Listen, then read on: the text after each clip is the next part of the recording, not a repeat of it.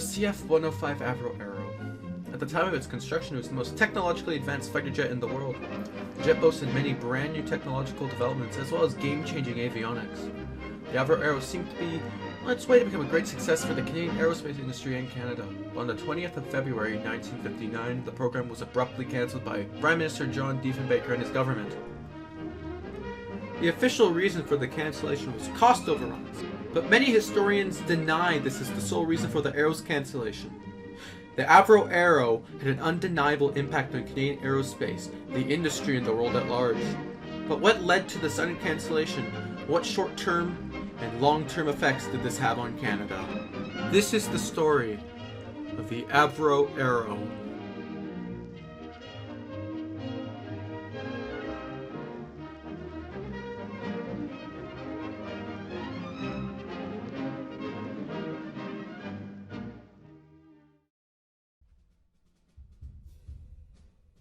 Before we could talk about the Avro Arrow, we have to talk about the company that designed it. Avro Canada was known as Victory Aircraft during World War II. It was owned by the Canadian government. During World War II, Victory Aircraft built many World War II era planes, such as the Avro Lancaster and the Avro Lincoln. In 1945, the Canadian government sold it to Hawker Siddeley. Hawker Siddeley then set up Avro Canada in the Malton area of Mississauga, today's Toronto Pearson International Airport. Avro set out to employ the recently unemployed aviation workers from Victory Aircraft. They set them up to be building up Canada's young aviation aerospace industry. Avro's first jet was the CF-100 Canuck. The Canuck was a jet interceptor designed to shoot down Soviet bombers flying over the Arctic. When the Canuck entered service, the Royal Canadian Air Force realized that it had become outdated compared to modern jet fighters. The Royal Canadian Air Force then decided that it would need a new jet interceptor to replace the Canuck.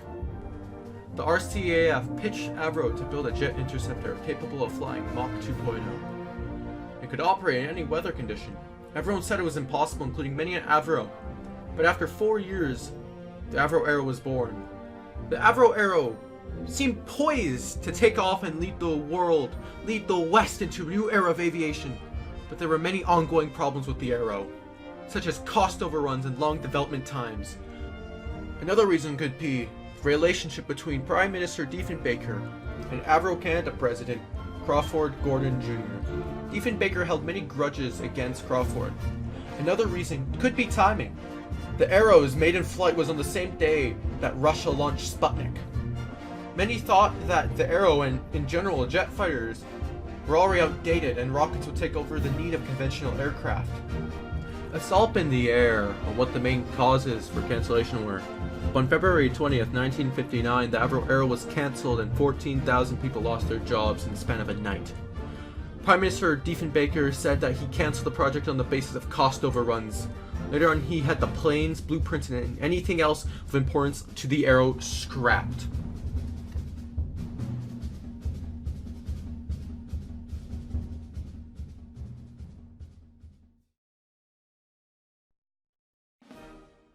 No one knows the proper reason for the Arrow's cancellation.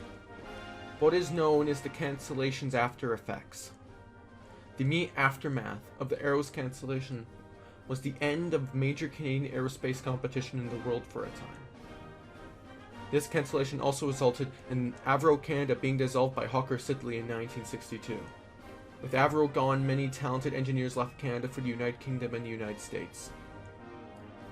Many of these engineers would help design the British, French Concorde airliner, and many of them would also help NASA put a man on the moon. The Arrow's cancellation and the dissolution of Avro Canada opened the door for new aerospace companies to enter the fold in Canada, two of them being Hawker Siddeley Canada and Bombardier.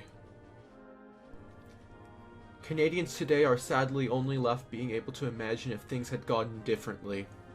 If the Arrow project had been finished, would Canada be in a greater place on the world stage?